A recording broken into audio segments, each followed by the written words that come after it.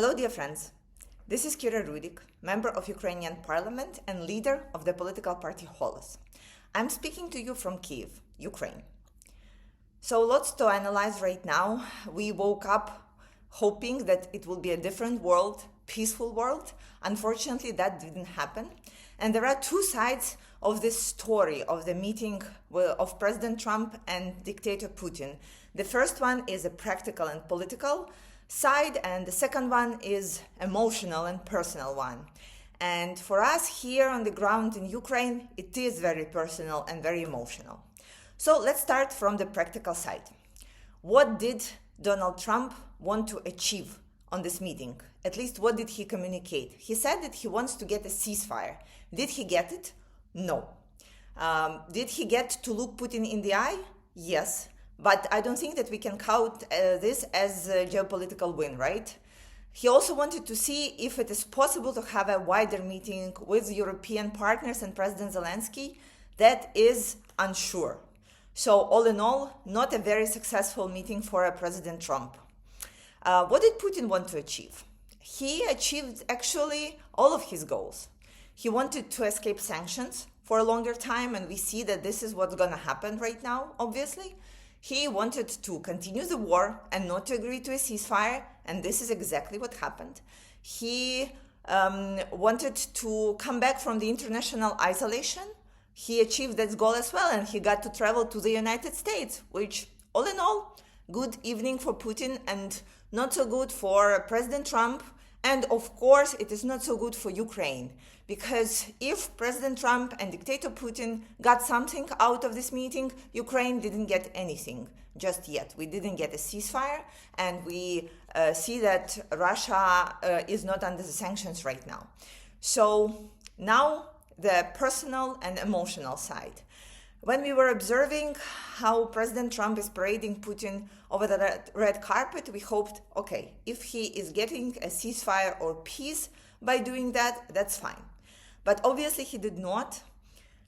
And when I was watching this, I was just thinking of all the friends and loved ones we lost at this war, about all the people who were tortured and killed and raped, about children who were kidnapped, about all the disaster and terror that we are under, about all the civilians killed and all the homes destroyed.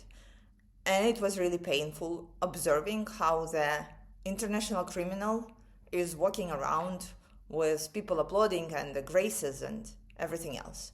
In fact, I'm recording this video at home on the first floor, and where I'm sitting right now, I had to rebuild almost from scratch after on January 2nd last year, Russia has attacked Kiev with ballistic missiles, and one of them hit a building right near where I live.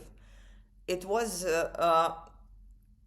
my personal Armageddon. It was terrifying, and I'm so lucky that I was only minorly injured and that I got to rebuild. So many people did not.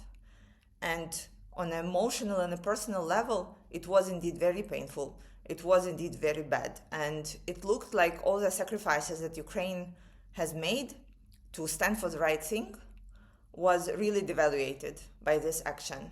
I don't think it was necessary to have a red carpet for him. And for so many people who were calling today in the morning, especially from the front line, were asking, like, why did he do it? We hoped that President Trump was doing it to try to persuade Putin. Apparently, this strategy failed. We need a new one. We are waiting for the news from President Zelensky and our European partners. And to end on a positive note, I want to send shout-outs and thanks to a journalist who asked Putin, is he going to stop killing civilians in Ukraine? After that, all the plans that they had about the press conference were cancelled, and they walked away. We don't know who that was, but thank you. Thank you from the bottom of our hearts for standing for the people of Ukraine and asking the questions, no matter how scary or uncomfortable it was. I was told that I need to finish the videos with asking you to subscribe and like this video. So I'm asking you to do that. Thank you so much, and glory to Ukraine.